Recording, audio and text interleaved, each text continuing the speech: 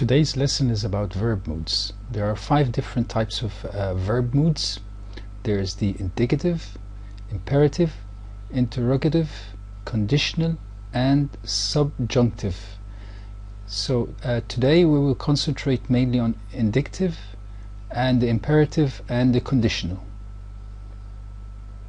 Verbs have moods. Okay, so every verb has a way of indicating what type of sentence it is. What's the mood of the sentence itself?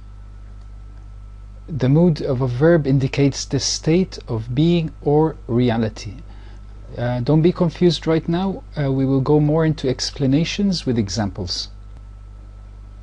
So again, here we have the 5 moods, and I told you that we will focus on the indicative, imperative, and the conditional. We will look at each of them closely now. Indicative, most sentences in English are in indicative mood. So if you're just saying a statement or just a simple sentence, this is indicative. I will show you in the next examples. This indicates a reality, a fact, that something, or you're describing something is happening, or something that you're describing, and give details about it. It's as simple as these sentences on the right hand side. He was laughing. The girl was has curly hair, curly brown hair. The shopkeeper closed his doors. All these are indicative sentences, just states a reality. But as for imperative, imperative is giving a command, so you don't really mention the person that's doing it. You can take that person away from the sentence, whether it's a subject like you, I, they. You take it away and you give the command immediately. So you have here, for example, sit down. Who's to sit down? You or they are to sit down. I'm telling a group of people to sit down or a person to sit down, but I don't have to mention the subject. I just say sit down. Come in and start your notes. So here you have come in. This is imperative. Start your notes, that's an imperative also. You messy children, for example. This is just a sentence. This is a statement. But what would I tell them after that? Wash your hands before dinner. So wash here, this is the imperative.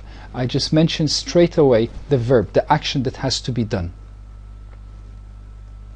But as for conditional mood, this one I think you guys can already have an idea about it. If it's a conditional sentence that starts with an if. Conditional mood indicates that something might cause something else to happen. Conditional mood indicates that one thing will lead to another. So if something happens, this should happen.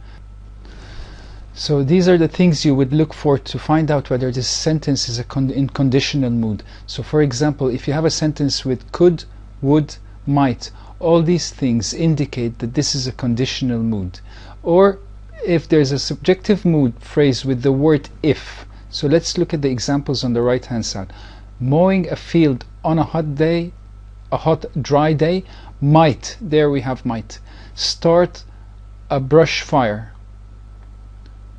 The following sentence, the bomb might explode if you jiggle the switch. So there you have the conditional mood of the verb that you used is might, and you have if. They can both come into the sentence.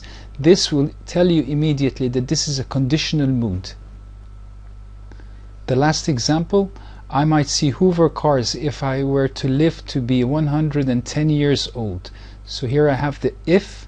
Again, this tells me that this is a conditional mood. This video is just an outline of the verb moods, and then we will go into more details in the next video. So the main ones that we will focus on now is indicative. Again, I'm repeating it: indicative, imperative, and conditional. These are the only 3 that are required from you to understand.